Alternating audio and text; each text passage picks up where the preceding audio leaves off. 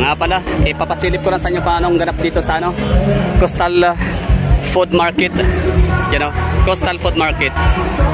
Sobrang daming tao, no? Alam naman talaga ng mga Davaoenyo, ano talaga, no? Mahilig talaga sa mga kakaibang gala, kakaibang lugar, or yung mga hindi pangkaraniwang, no? Yung mga occasional, no? So kung saan talaga may bagong bukas na mga food park and food market, talagang dinadayo, dinudumugo talaga natin, no? For example, yung kakabukas na food market, no, or food park sa may Nova Plaza, sa may Nova Chiralanang, talagang dinumog, no, ng maraming tao. Tapos doon naman sa may Big Bang Food Park sa may San Pedro Street, no, along downtown area, talagang ano din, dinumog din, ano, super trending din no yun.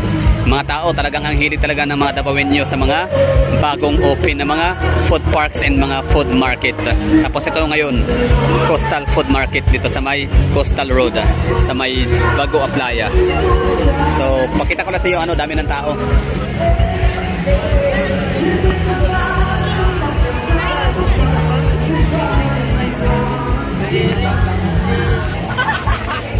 Diba? Daming tao, no? So gustuhin mo natin kumain, parang mahirap din talaga kumain na nakatayo lang, no?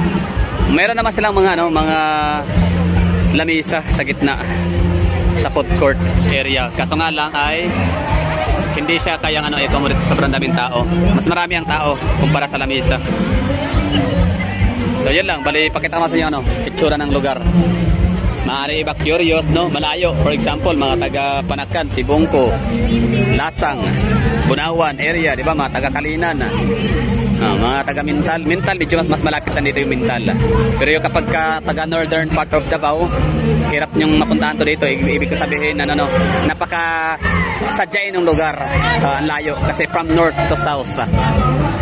So itong lugar na to dito, malapit lang siya sa may mga taga Toril, taga Santa Cruz Davao del Sur or Santa Cruz Davao, Toril, Mintal, Catalonan. So yun yung mga lugar na accessible itong lugar na to dito. Taga downtown area, okay na rin, no? Ako, for example, taga downtown, so hindi siya masyadong malayo. Kasi one ride lang sa akin from San Pedro papunta rito. Siyempre kasi ano naman tayo, taxi. Pag jeep naman, pwede naman, oh, biyaheng Toril, tapos baba ka dun sa may ano, crossing. Pero sobrang traffic. Yeah, daming tao dito.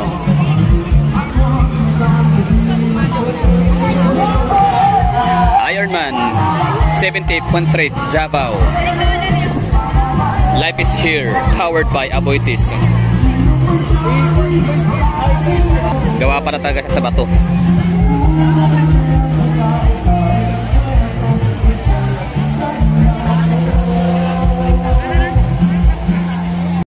Okay, so hanap natin ng ano, exit area. Labas.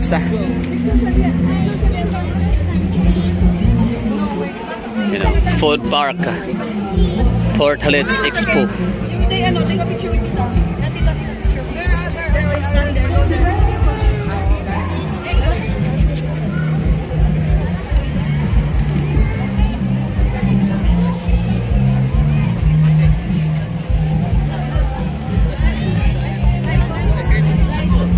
Yun, no? Minsan na tayo makapamasyal dito. So ito yun, no? Perfect ano siya, timing. Daming tao, siksikan, oh. Goot.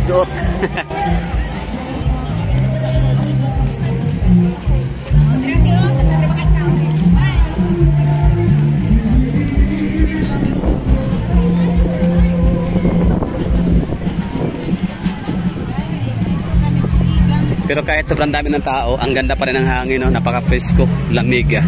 Siyempre dagat, coastal.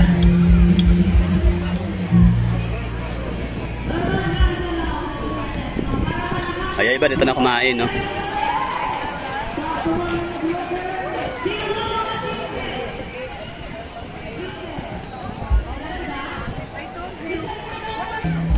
Pero itong lugar na to dito, kahit walang ano, kahit walang Ironman, kahit walang food expo, talaga ano to dito, pwede kayo mamasyal ho rito. Meron pang car park area.